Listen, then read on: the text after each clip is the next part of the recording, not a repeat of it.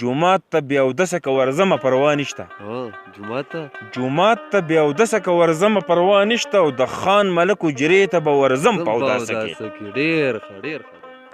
السلام علیکم. د مشال ټي وي ګرانو او قدرمنو کتونکو، زه یم ستاسو کوربه حضرت علي مشال. نن راغلي یو لالکو ته.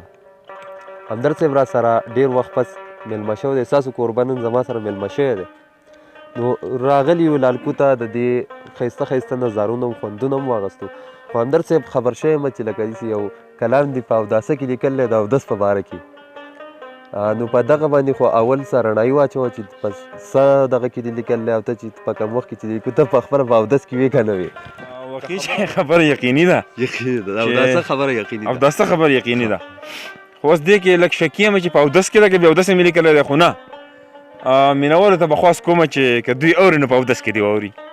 بس مینهوالو ته زمونږ خواست دی چې دا کلام چې څوک هم اوري هغه دې مهرباني وکړي یا دې خپل اودسونه تازه کړي.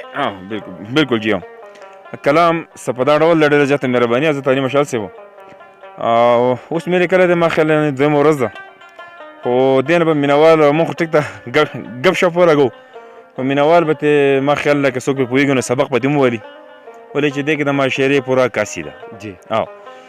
څه په دا ډول حضرت علي صاحب چې که هر څومره ولیدمه پاسېدم په اوداسه کې، که هر څومره ولیدمه پاسېدم په اوداسه کې، خو بیا هم د هر چا نظارېدم په اوداسه کې. که هر څومره ولیدمه پاسېدم په اوداسه کې، خو بیا هم د هر چا نظارېدم په اوداسه کې. که یو لاس مې و شاته او بل مخې ته نیولی، که یو لاس مې و شاته او بل مخې ته نیولی، خو چاته په یو حال نه قبلېدم په اوداسه کې. مننه. او خندا ملا بادره په اودس پورې دې راشي. خندا ملا بادره په اودس پورې دې راشي او داستانه یو په سل به اوسېدم په اوداسه کې. مننه. خندا ملا بادره په اودس پورې دې راشي او داستانه یو په سل به اوسېدم په اوداسه کې. او جومات ته بې اودسه که ورځمه پروا نشته. جومات ته بې اودسه که ورځمه پروا نشته او د خان ملک حجرې ته به ورځم په اوداسه کې. مننه.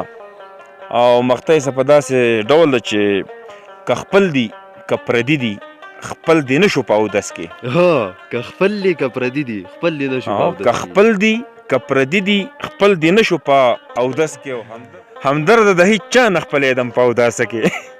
نو ګرانو قدرمنو کتونکو، دا و د اوداسه کلام چې تاسو هم په اودس کې واورېدو. او دا خو مونږه ګپ لګو صرف ستاسو په مخونو باندې خندا راوسته، په چا پورې څه خندا نه وه. دې سره خپل کوربه حضرت علي مشال او ورسره خوږ ملګری حمید الرحمن همدرد اجازت ورکوي. د لوی الله په امان.